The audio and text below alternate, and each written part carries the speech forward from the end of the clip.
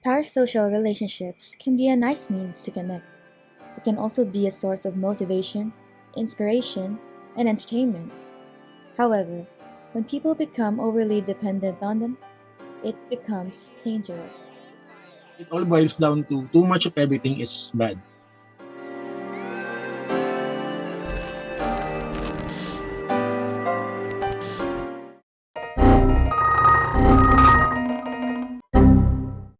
In terms of parasocial relationships, if for example you're functioning, there's dysfunction already, you don't get to go to work or your studies, for example, because you follow the celebrity, or whoever this influencer is.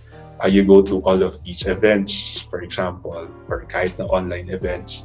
So there's dysfunction. You cannot do your normal and ordinary activities.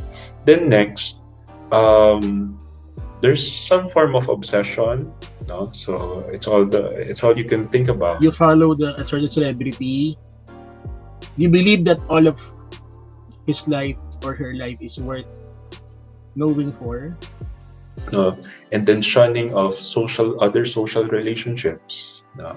So medyo that's not in a healthy level anymore. This excessive attachment with a media figure can be referred to as celebrity worship and has been associated with poorer mental health. It can contribute to anxiety, loneliness, and social isolation.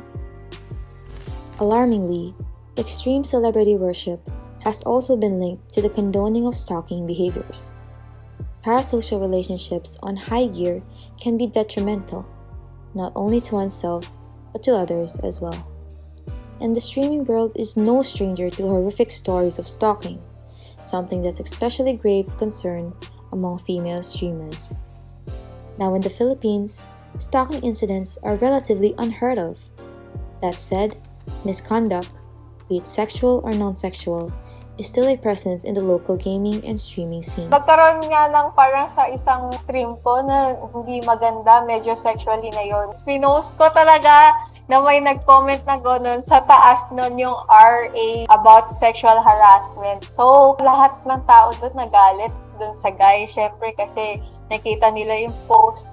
And so, while parasocial relationships can present positive outcomes, its negatives are noteworthy and important to address. So, what are some ways to navigate parasocial relationships in a healthy way? Or how can we manage extreme attachments with media figures? Every behavior has a function.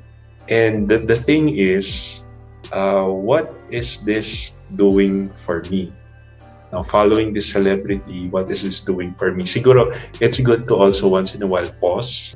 Is there a need, for example, baka naman stress management? Okay, is there another way I can manage my stress that's also as equally effective as this? The second one is it may be a need for really just ask the question, sa totoo lang, ano ba talagang hinahanap ko? For example, dito, it may be companionship. No? So, is there a way to develop healthy interactions with social interactions? Or it can also be number 3, the need for validation. No, because here in the figure that I'm following, yung beliefs ko, walang nakakaintindi sa akin, but this person, we have the same needs, same ideas. No? So, yun. So, and where is that coming from? No? Sometimes the person, kasi nga, kung nakaka-affect na sa functioning niya, he may want to see, for example, a counselor in school, Yes. no, as a starting point, no, Yes. or other professionals. No, it doesn't mean that you have a pathology or a disorder. No, it's just that, objectively speaking, it is hampering what you want to do. And so, we should really be mindful of the connections we form with online media figures and look into how much time, emotion, and effort we're devoting to them. After all, these relationships are one way most of the time. It can complement our real-life relationships, but not replace it.